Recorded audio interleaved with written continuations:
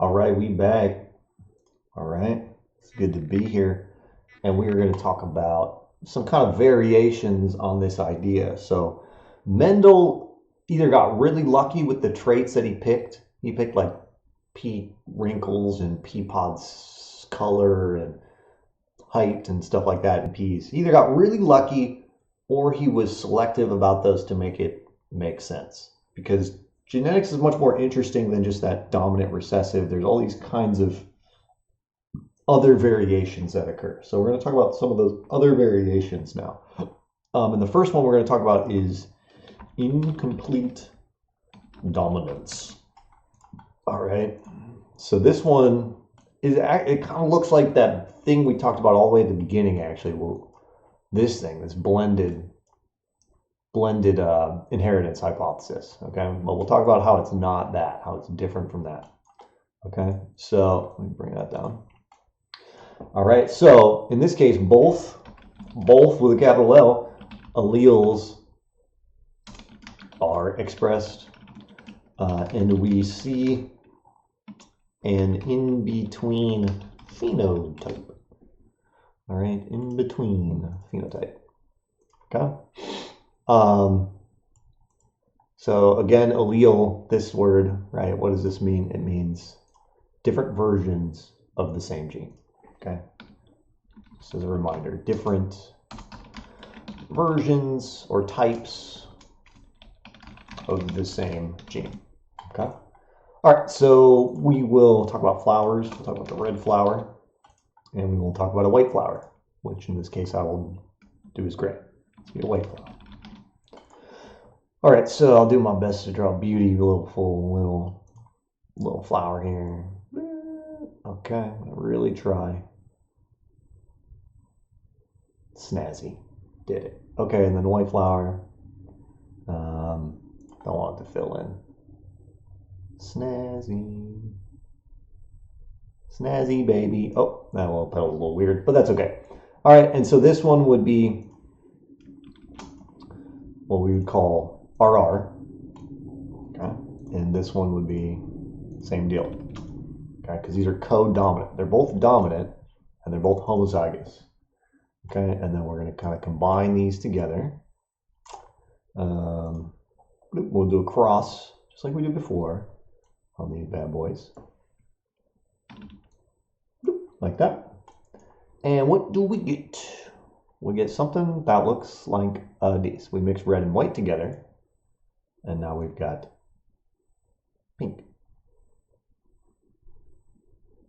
So we got a pink flower, and we would represent that as big R and big R. Big R red, big R white. Okay. So that would be the phenotype, and this would obviously be a pink flower. So you see we get some in between. It's very much like, I don't know why I did that in red, but you get the idea. We it's like we blended it, but what's going on? Why is this not blended theory? Or blended inheritance theory. And let's do a Punnett square. You're welcome. Okay, so let's get in there. Let's do a Punnett square. We're going to cross these now, two of these. So we'll cross two of these. Excuse me. We will cross two heterozygotes. Okay. Whose goats are those? Oh, those are zygotes. Okay.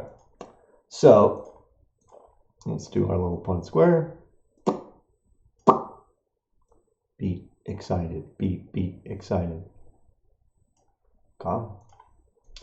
And the way we do this is, again, we split up our sperm and use on our eggies. So we're going to have a big R, and then we're going to have the big R white, big R red, and a big R white. And these, again, reminder, this represents like mom up here and the eggs that she made, and this represents dad and the sperm that dad made. Okay, so what we're going to do is the same thing we did before. We're just going to combine these. Take this R, put it there, and this R, and put it there. Okay, that's the kid. We'll take the egg from mom, put it here, and we'll just do white always last. We'll take this red and put it there, just for consistency. Okay. And we'll take this mom red R and this dad white R, put it right there. And we will take this white R from mom and this white R from dad. Okay, cool. All right, so what do we got? Over here, we're going to have a red flower. Oops, don't want that line. So we'll have a red flower. Okay. And if you don't have colors, you can just write red flower. That's fine. But I have colors, so I'm going to do it. And here we got a pink flower. And here we'll have a pink flower. And a white flower. Okay. So you can see here that this isn't blended inheritance because these don't now contain only medium traits. They don't just contain only pink traits. The other traits still exist. The other genes still exist, and they can make kids with those traits. Okay, so let's kind of put that into like formalized language. Incomplete dominance is different from blended theory hypothesis because we can breed heterozygotes, zygous offspring together and still get the original traits or phenotypes back.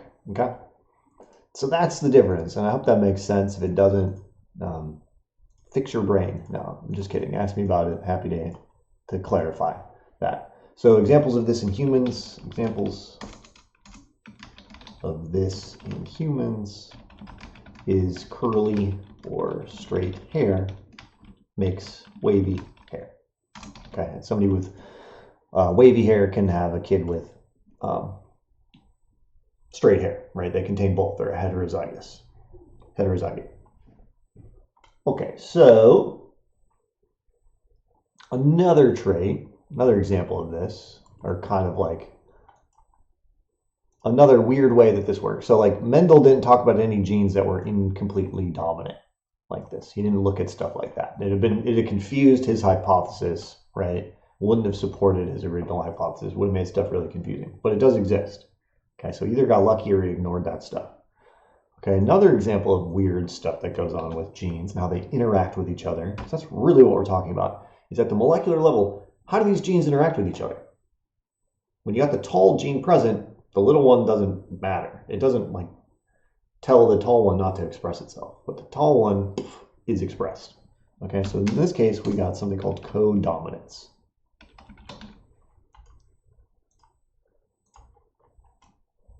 Okay, and in codominance, we see both genes expressed equally.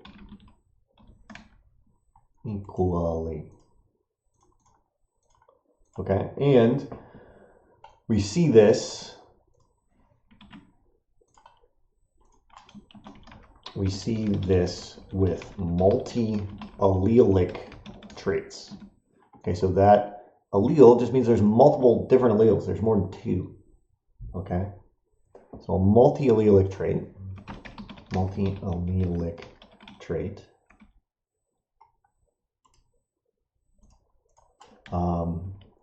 means we have more than two versions of each gene, or more than two possible versions of each gene.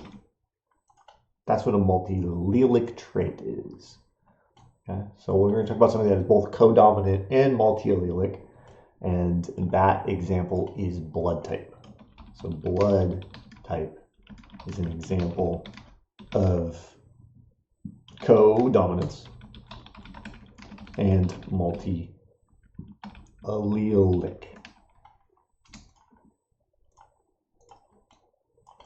All right, so our alleles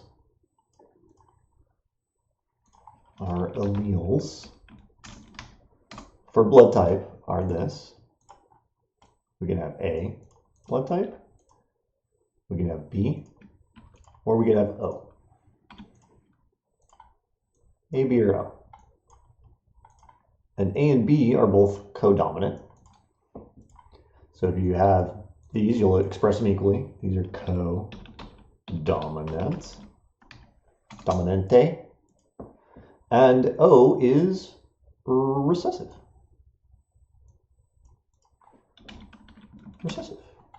Okay. And that's a good example because O is the most common blood type, but it's recessive. Okay, so recessive again has nothing to do with like, this is the one that's in the population the most. Oh, it's everywhere. It's dominant. It goes to the gym and blasted squats. Doesn't do that. Okay, it's just the most frequent, even though it's recessive. Okay. Okay. All right, so blood types that we could possibly have. And we're just thinking about the letters. We're not thinking about the positive or negative thing. That's a different thing. That's RH factor. We could add it in here, but we're just going to keep it more simple. So the different blood types we could have are A, B, AB, or we can have O. So we have 4 different blood types, and then they can each be positive or negative. So we could really have 8. Okay, and let's kind of put that on here. This is the most common blood type. Even though it is recessive. I want you to burn that into your consciousness, okay? Because people, they get that confused. That dominant means they think it means it's the most common. Okay. So let's do a little cross. Let's do a codominant cross. Codominant multi-allelic cross. Codominant. Dominante multi-allelic cross. Beautiful. Love it. Guess what, guys? Punnett square time. I know you'll probably rewatch this part of the video just to be like, oh yeah, I can do a Punnett square again. Just get all that good brain chemistry. We'll do it a little different. I'll keep that. I don't want that. I like it nice and neat. Like so. And we'll do mom up here. I like mom on the top. That's how it should be. All right, so we'll do mom. What is her genotype? We'll say she is AO. AO, mom, what's up? And we'll do dad. Pops. Pops got that BO. You know what I'm saying? Daddy a little stanky. Okay, so we'll do mom up top. We got A. We got O, and then daddy, we got B, and we got PU. Okay, make these a little larger than life. All right, so now we just make our gametes, or our zygotes. We're gonna have A, B right there, and then we're gonna have, we put the dominant first, so we're gonna have BO, like so, and then we will have A, AO, and then we will have OO. Okay. So what would our blood types be here? Our blood types would be AB, blood type. So if you're homozygous, codominant recessive, A and B like this, and you have kids, these are the possible blood types that your children can be. You could have B blood type, because remember, B is dominant. And when A is there, they're both dominant. And I don't have time to get into this, but this has to do with like the surface proteins present on the red blood cell and what kind of antibodies you make in your bloodstream. Any blood type, you'll get that stuff if you ever take anatomy and physiology or like a human biology class, you'll get into that stuff. Okay, and then this one would be O blood type. Type O, negative. Your girlfriend's girlfriend. Okay, so there we go. That's how it would look. So we could have it'd be a 1 to 1 to 1 to 1 ratio for A, B, B, A, or O. Okay, so you can really get all the different blood types for children if both the mom and the dad are codominant recessive. One's A and one's B. It's pretty interesting. Okay, so let's do a little testy poo here. All right, let's do another little example. We got mom over here. And mom is AB blood type. And we got daddy right there. And dad is O blood type. All right, and then we're going to have a beautiful baby boy. I'm just going to bring him over. Okay. We got a beautiful baby boy named Chad, and Chad likes to have weird club feet. Okay, but Chad's got O blood type. All right, and the question is this the daddy? Let's figure it out. Let's do a little cross here. All right, what do you think? Is that the daddy? Another Punnett square, guys. Give me exactly what you want. All right, we'll put the mom up here on top, as it should be. AB, and we'll put dad over here. Dad's O, so dad's OO. Okay, what are the possible kids that we could have? Bring down this A, bring over this O, bring down this B, bring over this O, and same deal. It's going to be the same thing there below. So the only possible blood types we could have are A or B, no O. Okay, so this was kind of a trick question, guys. This isn't the mom, okay? This is not the mother. The child was swapped at the hospital and you got a different kid, okay? An AB parent can never have an O blood type kid. It's not possible, right? It's always either going to be A or B if they're even with somebody who has O blood type. Okay, cool. All right, now let's talk about two more things. The next one up is, it's not always as simple as this. We kind of gotten into this a little bit with this multi-allelic. Now we're going to talk about something called poly, which means many, genic, which means gene, inheritance. Okay, so now like in humans, like we were looking at peas here. In humans, like the height in peas was controlled by this single gene. In humans, it's controlled by many genes, okay, that control height.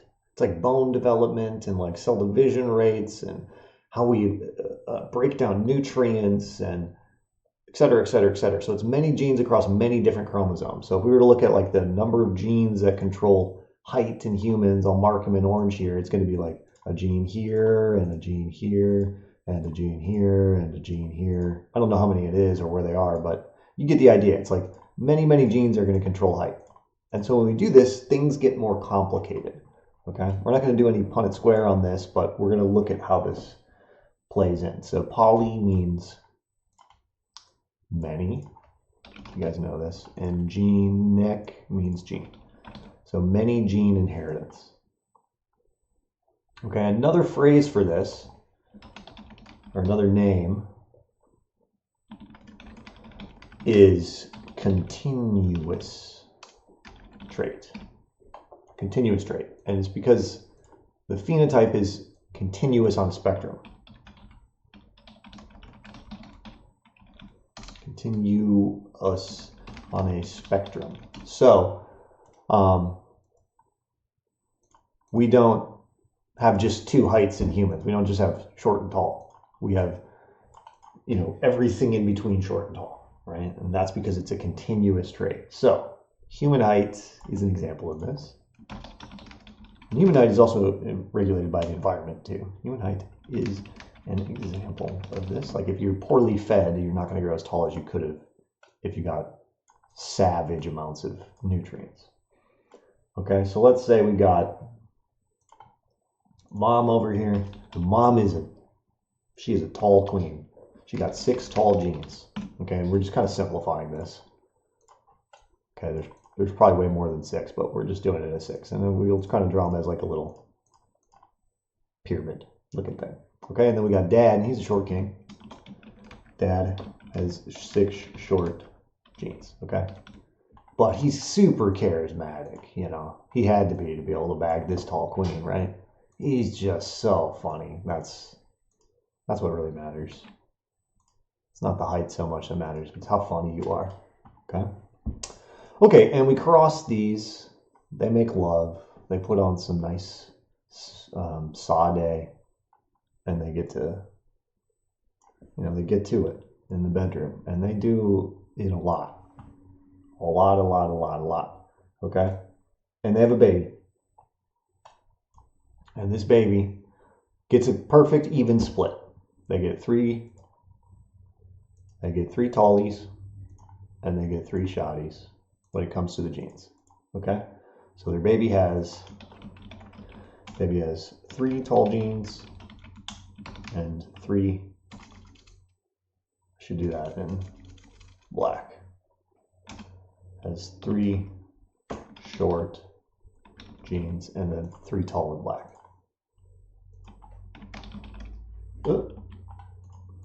3 tall genes. Okay, and they breed it with another baby. That's what we call it. They breed it with another baby when it reaches the appropriate age with the same genotype. Okay, so now we got, I don't know what happened there. I gotta fix that. It's looking weird. Bring that dot over. Okay, so now we got this other baby, and it's got the same 3 and then 3. Those 3 tall, 3 short. Okay, and we breed these together. Bloop. That looks like trash, that arrowhead. Boom. Okay, cool. And we bring that in. Beautiful. Okay, so now when these breed, they're going to have 6 kids, and let's say they get this perfect amount, right? The options here, essentially, we'll just talk about the options of kids that they could have. Okay, so they're going to have kids that got genes like this, like they got all short. And then everything in between. So it's all short, -1, and it's all short, -2. And it's nice even split. Let me actually kind of spread these out a bit. I just kind of want to move these over. Okay, like that. Let me just move these over. Okay, and this one's going to be nice even split. Boom, boom, boom. 3 tall, 3 short, and then it's going to be vice versa. Okay, like so, and then the 2, and then 1. Okay, and then all tall. Okay, and so what this would look like is the frequency in the population for possible offspring. Okay, it's going to be pretty rare to get all short or all tall. So it's going to look like this. So if we have super short and we have super tall, most people are going to be kind of in the middle. So it looks more like a bell curve. So it's going to be pretty rare to have all short, and as you kind of go up into the middle, whoop, you get more. This should be in the middle right here. Whoop. Okay, that's going to be the most frequent, and then it's going to be pretty rare to be all tall. Okay, this would be medium height right here. Medium height. Okay, there are more people that are average height than super duper short or tall. There are more people that are average height than super duper short orbital. Okay, so that's what you get from polygenic inheritance or continuous trait. It's on this spectrum, right? Okay, that's what that means. Okay, it's pretty cool. One last thing I want to talk about now is X-linked traits. So X-linked traits. X-linked traits. And why did I spell it like that? The English language got me tripping, dog. Okay. All right, so we bring in this over here again. X-linked trait, we have 2 sex chromosomes, right? We have 22 what are called body or somatic chromosomes.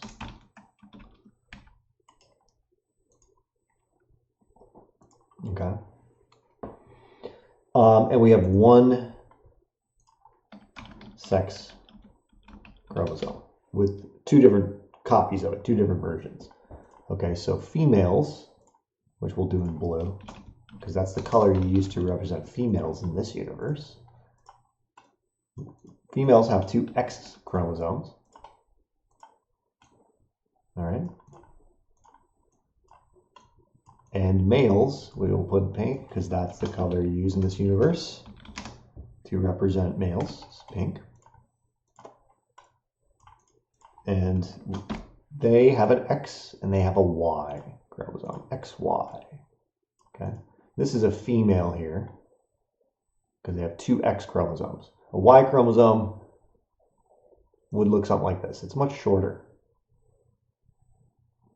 It's more like these. Okay, and it contains a gene called the SRY gene, which kicks on in about 6 to 8 weeks of development, and it's off after a couple of days, and it masculinizes the embryo. Okay, which is pretty interesting. It means all males are actually technically trans males because we all started off as female. Okay, and we have 2 copies of every chromosome. So if we add these up, this is just kind of like a little sidebar. We have 23 chromosomes with 2 copies of each for a total of 46 chromosomes in each one of our cells that have DNA. Not all of our cells have DNA. 70% of your cells don't have DNA. They're called red blood cells. Okay. All right, so X-linked trait comes on the X chromosome. Okay, so it comes on these X chromosomes. An X-linked trait, X-linked trait comes on the X, or is on the X chromosome. Okay, and this is a significant thing, especially for males, because we only get 1 X chromosome. So, for example, I'll pull up this little picture here. Color blindness. This is a little colorblind test. You can see these numbers in here. If you can't, you might be colorblind. So here we've got, let me do it with this. You can't see these. This is 25. This is 45. And this has to do with the rods and cones present in our cell. That's probably the hardest one. This is 56. And this is 6. Okay. So the gene for color blindness,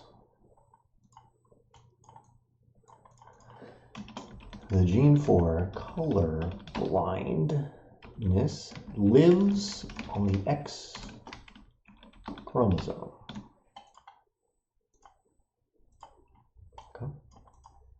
And over here we got mom.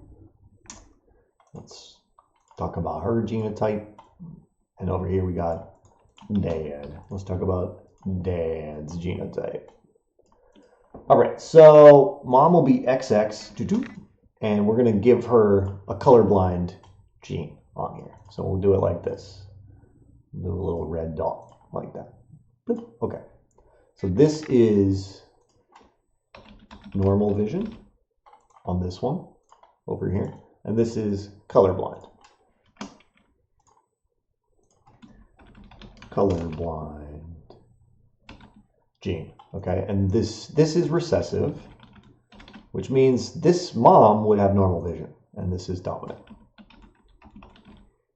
Dominante. I don't know why my finger always types that E when I type dominant. Okay, so in this case, mom is a carrier.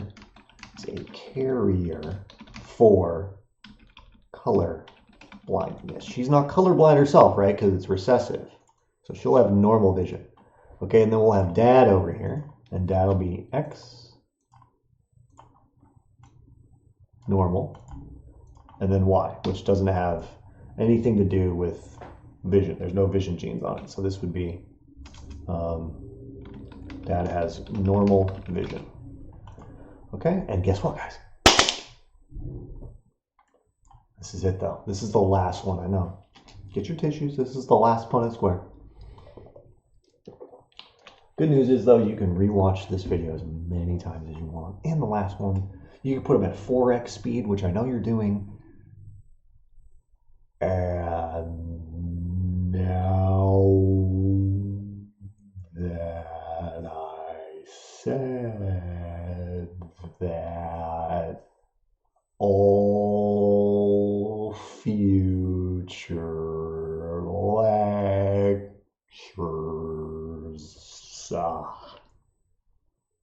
shall be given this way. God, that'd be really fucking devious. Wouldn't that just be a real just fuck you to the students who put it at 4x speed? I wouldn't do that. I would say it normally and then just edit it so then it's time stretched, and then you couldn't act. And then you'd have to watch it at 4x speed just to have it be normal. That would be real gangsta, I gotta admit. Okay, let's get to it. I'll quit wasting your time living in my weird fantasies of owning students that watch videos at 4x.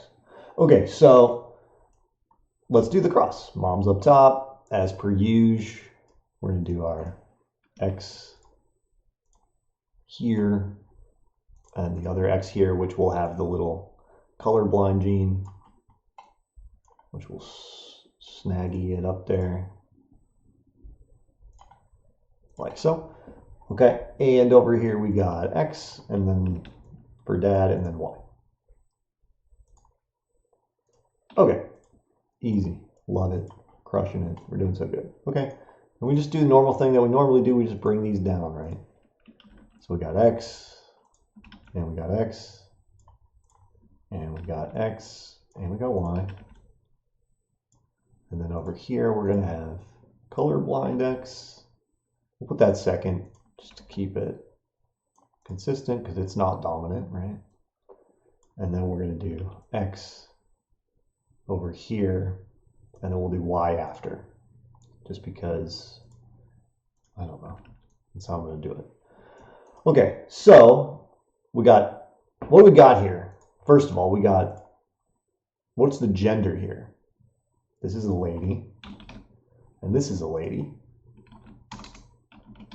And this is a gentleman, and this is a gentleman. Okay, so we got two daughters, one with normal vision,